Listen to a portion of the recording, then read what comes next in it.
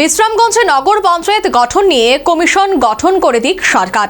এলাকাবাসীর সার্বিক মতামত নিয়ে বিশ্রামগঞ্জ নগর পঞ্চায়েত গঠনের সিদ্ধান্ত নেওয়া হোক, এমনটাই চাইছে প্রদেশ কংগ্রেস। এক সাংবাদিক সম্মেলনে দলের মুখপাত্র প্রবীর চক্রবর্তী এই দাবি জানান।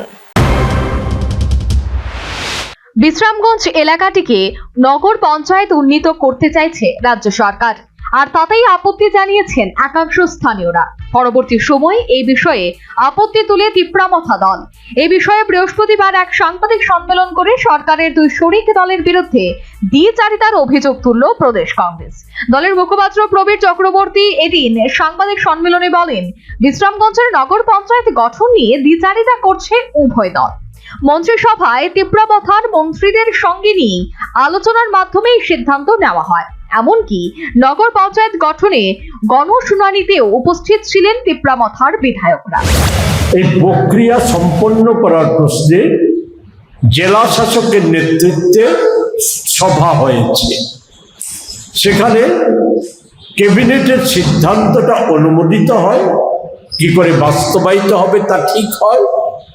তার পরবর্তী আরেকটি সভায় ওয়ার্ড বিন্যাস হয়। দুটো সভাতে মথার ওই এলাকার নির্বাচিত বিধায়ক এবং এমডিসি দুজনেই উপস্থিত ছিলেন। জেলা শাসকের বক্তব্য দুজনেই সহমত পোষণ করেছেন।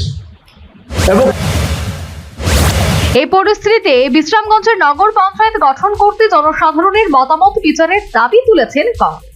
দলের দাবি, বিষয়টি নিয়ে একটি কমিশন গঠন করে দেওয়া হোক, সার্বিক মতামতের ভিত্তিতে গঠিত হোক বিশ্রামগঞ্জ নগর পঞ্চায়েত হোক, কিন্তু তার আগে সরকার জবরদস্তিমূলক না, গণতান্ত্রিক উপায়ে কমিশন গঠন করে ওই এলাকায় বসবাসকারী সব অংশের নাগরিকের মতামত নিয়ে সেখানে নগর পঞ্চায়েত গঠন করা হোক।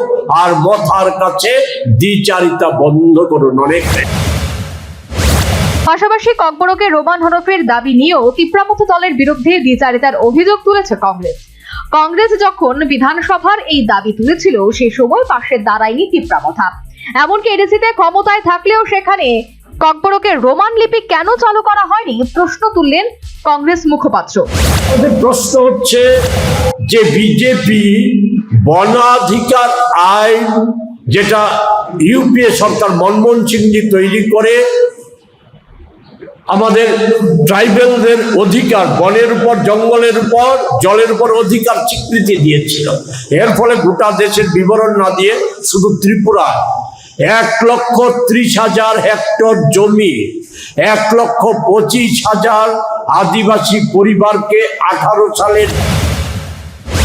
কংগ্রেসের অভিযোগ, ত্রিদলীয় মন্ত্রিসভার সহমতের ভিত্তিতে সিদ্ধান্ত হলেও বাইরে এসে একে অপরের বিরোধিতা করছে দুই শরিক। এডিসি নির্বাচনকে সামনে রেখে সাধারণ ভোটারদের বিভ্রান্ত করতে দুই দল মিলে এই বাতানুবাদের রাজনীতি শুরু করেছে, ফলে বিভ্রান্ত হচ্ছে সাধারণ মানুষ।